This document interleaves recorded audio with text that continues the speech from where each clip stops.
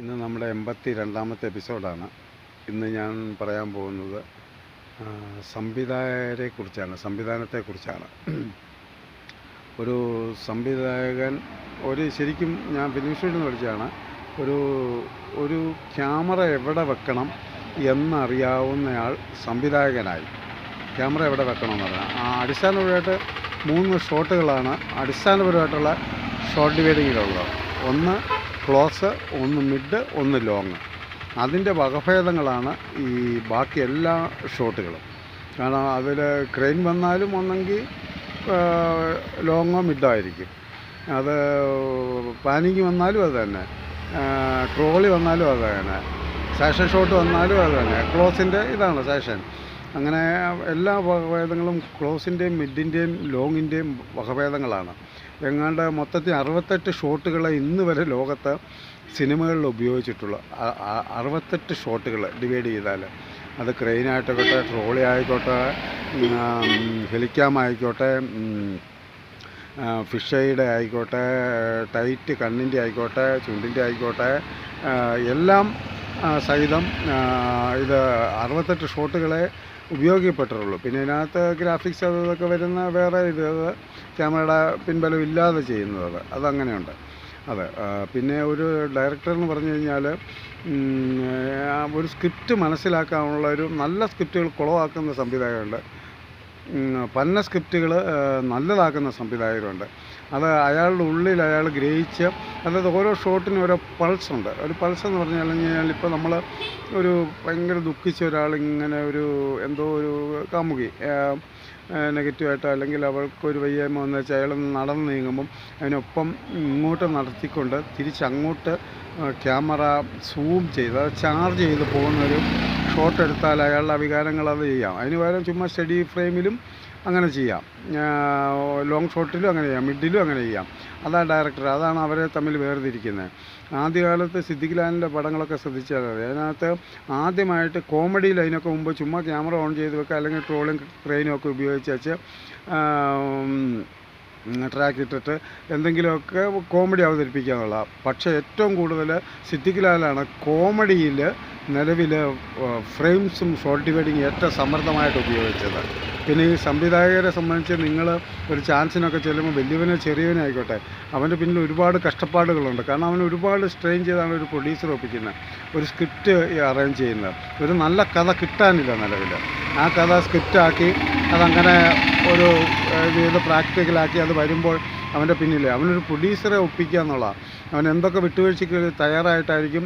എൻ്റെയൊക്കെ ഇതെന്ന് പറഞ്ഞാൽ വിട്ടുവീഴ്ചയ്ക്ക് തയ്യാറായതുകൊണ്ടാണ് ഞാൻ ഇപ്പോഴും ഒരു നല്ലൊരു സിനിമ ചെയ്യാൻ പറ്റാതെ 10-25 ഷോർട്ട് ഫിലിമുകളൊക്കെ ചെയ്തുള്ളൂ. ഇങ്ങനെയൊക്കെയുള്ള കുറേ വർക്കുകളിലൊക്കെ ഞാൻ പോയി പോസ്റ്റ് പ്രൊഡക്ഷൻ അസോസിയേറ്റൊക്കെ ആയിട്ട് ചെയ്തു സിനിമകളിലൊക്കെ. അത് സ്വന്തമായിട്ട് ചെയ്യാം. പക്ഷേ ഒത്തിരി വിട്ടുവീഴ്ച. പക്ഷേ അയാൾക്കൊരു എയിമാണ്. പിന്നെ കഴിവില്ലാത്ത കുറേ ഡയറക്ടേഴ്സുണ്ട്, പറഞ്ഞ് ഫലിപ്പിച്ച് പ്രൊഡ്യൂസറെ വീഴിക്കാനുള്ള കഴിവുള്ളവർ. അവരാണ് ഇന്നത്തെ കാലത്ത് വാഴുന്നുകൊണ്ടിരിക്കുന്നത്. ഇപ്പം നിലവിൽ പ്രസൻറ്റിൽ അതില്ല. കാരണം എന്ന് പറഞ്ഞാൽ ഒരു വർഷം മുമ്പ് വരെ പറഞ്ഞ് പ്രൊഡ്യൂസറെ വീഴിക്കാനുള്ള കഴിവുള്ളവരുണ്ട്. അവരാണ് ഈ നിലവിൽ ഈ പ്രൊഡ്യൂസറെ ഒപ്പിക്കുന്നത്. ആ പടങ്ങളെല്ലാം പൊളിഞ്ഞു. എനിക്കറിയാവുന്ന ഒരു 5 കൊല്ലത്തിനകം ഒരു 150 ഡയറക്ടേഴ്സ് പുതിയതായിട്ട് വന്നിട്ടുണ്ട്. അവരുടെ ഒന്നും അഡ്രസ്സ് പോലും ഇല്ല. വലിയ വലിയ ആൾക്കാരുടെ മക്കൾ വരെ വന്നിട്ടുണ്ട്. അവരുടെ ഒന്നും നടന്മാരെ പോലും പലരെയും കാണാനില്ല.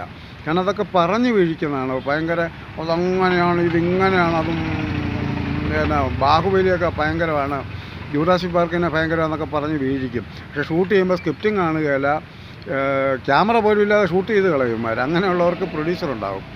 അത് വിശ്വസിക്കാൻ കുറേ ആൾക്കാരും കുറേ വിട്ടുവീഴ്ചകളും, വെള്ളവടി AC റൂമും, അങ്ങനെയുള്ള കോടികൾ പോവും. പക്ഷേ ശരിക്കും ഒരു വർക്കിന് ഇറങ്ങുന്നവർക്ക് വേണ്ടി പൈസ മുടക്കാൻ, കാരണം അവർ ഫ്രാങ്കായിട്ട് തുറന്നടിച്ച് പറയും. അങ്ങനെ വന്നവരാണ് ഇന്ന് പലരും നിലനിൽക്കുന്നത്. കാരണം ആ കഴിവുള്ളവർ, അവർക്കറിയാം അവരുടെ വർക്ക് വിജയിക്കുമെന്ന്, അവർക്കറിയാം അവരുടെ വർക്കിൻ്റെ ക്വാളിറ്റി എന്തായിരിക്കും. അവർ ശരിക്കും, അതായത് ഒരു ഷോർട്ട് ഫിലിം ചെയ്താൽ ഇവിടെ സിനിമ ചെയ്തവന്മാരുണ്ട്, ലൊക്കേഷൻ പോലും കാണാത്ത ഒരു സിനിമ ചെയ്ത ചരിത്രമുണ്ട്. പക്ഷേ ഇവിടെയൊക്കെ എത്രയോ വർക്കുകളിൽ 10ഉം 20ഉം ഞാനടക്കമുള്ളവർ എത്രയോ നാളായിട്ടൊരു ഇതിന് ചെയ്ത്. പക്ഷേ നമുക്ക് വേണ്ടതെന്ന് പറഞ്ഞു കഴിഞ്ഞാൽ നമ്മുടെ കഥകളെ തിരുത്തി വരുത്താതെ, ഈയിടയ്ക്ക് ഞാൻ ഒരു സ്ക്രിപ്റ്റിന് വേണ്ടി എന്നെ തപ്പിപ്പിടിച്ച ഒരു പ്രൊഡ്യൂസർ വന്നു. അയാൾ ചെയ്ത പരിപാടി എന്ന് പറഞ്ഞു കഴിഞ്ഞാൽ അയാളെല്ലാം പറഞ്ഞ് എല്ലാം ഫൈനലായിട്ട് കഥ കേട്ട് റൂം ബുക്ക് ചെയ്യുന്ന സംഭവം വരെ എടുത്ത് ആർട്ടിസ്റ്റിനെ കാസ്റ്റ് ചെയ്തു, ബഡ്ജറ്റ് ഇട്ടു, ചാർട്ടിങ് എല്ലാം കഴിഞ്ഞാൽ അയാൾ ലാസ്റ്റ് പറയുകയാണ്, എൻ്റെ ഇതിൽ ഒരു സ്റ്റണ്ടും ഒരു സോങ്ങുമാണുള്ളത്, 2 സ്റ്റണ്ട് വേണം, 2 സോങ് വേണം, ഞാനിത് ഇവിടെ കൊണ്ട് കുത്തിക്കയറ്റും.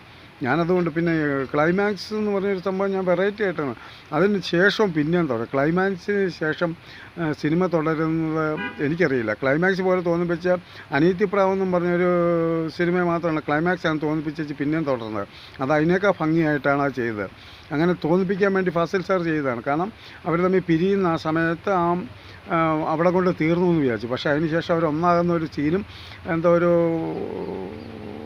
കൊലുസ് ഏതാണ്ട് തിരിച്ചു കൊടുക്കാൻ പോകുമ്പോഴാണ് അവർ വീണ്ടും ഒന്നാകുന്നത്. അങ്ങനെയൊക്കെ ഒത്തിരി കഷ്ടപ്പാടൊക്കെ ഉണ്ട് ഇവരുടെയൊക്കെ പിറകിൽ. ഈ എന്തിനും വർക്ക് ചെയ്യുമ്പോൾ ഒരു വർക്ക് തുടങ്ങിക്കഴിഞ്ഞാൽ തേനീച്ചക്കൂട്ടിനകത്ത് തേനീച്ചക്കാളുള്ള ആളുകൾ വരും. ആ വർക്കൊന്ന് മുടങ്ങിപ്പോണം, ആ വർക്കൊന്ന് ബ്രേക്ക് ആകണം, അതൊന്നും ഇറങ്ങുകയില്ല എന്ന് പറഞ്ഞുകൊണ്ടിരിക്കും. എൻ്റെ ഒരു വർക്ക് പോലും എങ്ങാണ്ട് 30 കൊല്ലം മുമ്പ് ഒരു ഷോർട്ട് ഫിലിമാണ്, അന്ന് ഏഷ്യാനെറ്റും ടെലിഫിലിമാണ്, ദൂരദർശന് മാത്രമുള്ള കാലത്ത് 30-20 കൊല്ലമാണ് എൻ്റെ വർക്ക് വെളിച്ചം കാണാതിരുന്നിട്ടുള്ളൂ. ഇന്ന് ഒരുപാട് സോഴ്സ് ഉണ്ട്. അതിനുശേഷം എനിക്ക് വാശി എങ്ങനെ ഒരു വർക്ക് ചെയ്താലും ഞാനത് വെളിച്ചം കാണിച്ചിരിക്കും. ജസ്റ്റ് ഞാൻ യൂട്യൂബിലെങ്കിലും ഇടും, അല്ലെങ്കിൽ ഫേസ്ബുക്കിലെങ്കിലും ഇടും. ഇങ്ങനെയൊക്കെയാണ് ഒരു ഡയറക്ടറുടെ പൾസ്. ഇതാണ് സ്ക്രിപ്റ്റ് മനസ്സിലാക്കുക, ഒരു ക്യാരക്ടറിൻ്റെ മാനസികാവസ്ഥ മനസ്സിലാക്കുക, അത് ക്യാരക്ടറിന് പറഞ്ഞു കൊടുക്കുക. അഭിനേതാക്കൾ രാജാക്കന്മാർ തന്നെയാണ്, അവരിലേക്ക് നമ്മൾ ആ സ്ക്രിപ്റ്റിൻ്റെയും ആ കഥാപാത്രത്തിൻ്റെ ഇത് പറഞ്ഞു കൊടുത്ത് ചെയ്യിക്കാം. എല്ലാ സംവിധായകരും ഒരു 90% നല്ല അഭിനേതാക്കളായിരിക്കും. അവരത് പറഞ്ഞു കൊടുക്കാൻ അവർക്ക് ഗ്രഹിക്കാൻ പറ്റും. ഷോർട്ട് ഇങ്ങനെ ആ സ്ക്രിപ്റ്റ് ഡിവൈഡിങ്ങിൽ, ആ ഷോർട്ട് ഡിവൈഡിങ്ങിലെല്ലാം ഷോർട്ട് ഡിവൈഡിങ് ഉണ്ട്. അതിലൊക്കെയാണ് കാര്യം ഇരിക്കുന്നത്. ഇത്രയൊക്കെയാണ് ഈ സംവിധാനം എന്നുള്ള സംഭവം.